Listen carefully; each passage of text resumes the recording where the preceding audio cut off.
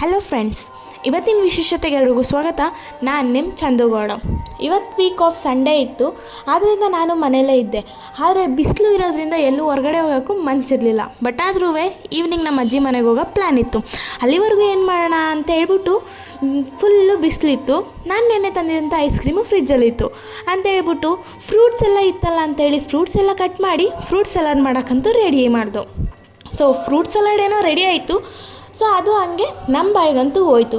ನಮ್ಮ ಬಾಯಿಗೆ ಹೋಗಿ ಅದುವೇ ಕರಗೋಯ್ತು. ಬಟ್ ಪಾತ್ರೆನೂ ಖಾಲಿ ಆಯಿತು. ಪಾತ್ರೆ ಖಾಲಿ ಆದಮೇಲೆ ತಿನ್ನೋದೇನೋ ತಿಂದೋ, ಬಟ್ ಆದರೆ ಅದನ್ನು ತೊಳೆಯೋದ್ರಲ್ಲಿರೋದು ಕಷ್ಟ. ಸೊ ಏನೂ ಮಾಡೋಕ್ಕಾಗಲ್ಲ, ತೊಳಿಲೇಬೇಕಂತೇಳಿ ಎಲ್ಲನೂ ಎತ್ತಿಟ್ಟು ಕ್ಲೀನ್ ಮಾಡಿ ಆಮೇಲೆ ನಾವು ಊರಿಗೆ ಹೋಗ್ಬೇಕಿತ್ತು ಅಂತ ಹೇಳಿ ಸೊ ನಾನು ರೆಡಿಯಾಗಿ ನಿಂತ್ಕೊಂಡೆ. ರೆಡಿ ಆದಮೇಲೆ ನನ್ನ ತಂಗಿ ಫೋಟೋಸ್ ತೊಗೊಳ್ಳೋಣ ಸ್ವಲ್ಪ ಅಂತೇಳಿ ಟೆರೆಸ್ಸಿಗೆ ಕರ್ಕೊಂಡು ಹೋದ್ಲು. ಸೊ ಅಲ್ಲಿ ಸ್ವಲ್ಪ ಜಾಗ ಚೆನ್ನಾಗಿಲ್ಲ ಅಂದ್ರೂ ಒಂದಷ್ಟು ಫೋಟೋಸ್ನ ತೊಗೊಂಡು ನಾವು ಮತ್ತೆ ಕೆಳಗೆ ಬಂದ್ವಿ. ಅಷ್ಟರಲ್ಲಿ ನಮ್ಮಮ್ಮನೂ ರೆಡಿಯಾಗಿದ್ದರು.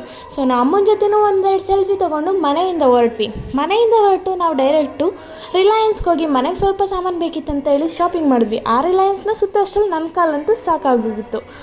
ಆಮೇಲೆ ಸರಿ ಅಂತ ಹೇಳ್ಬಿಟ್ಟು ಬಿಲ್ ಪೇ ಮಾಡಿ ಕಾರ್ ಹತ್ರ ಬಂದು ಒಂದು ಜ್ಯೂಸ್ ತೊಗೊಂಡಿದ್ದೋ. ಸೊ ಆ ಜ್ಯೂಸ್ನ ಕುಡ್ಕೊಂಡು ಮತ್ತೆ ಅಲ್ಲಿಂದ ಹೊರಟು ಅಜ್ಜಿ ಮನೆಗಂತೂ ಬಂದು. ಇಷ್ಟೇ ಇವತ್ತಿನ ವಿಶೇಷ. ಮತ್ತೆ ಸಿಗೋಣ ನಾಳೆ. ಬಾಯ್.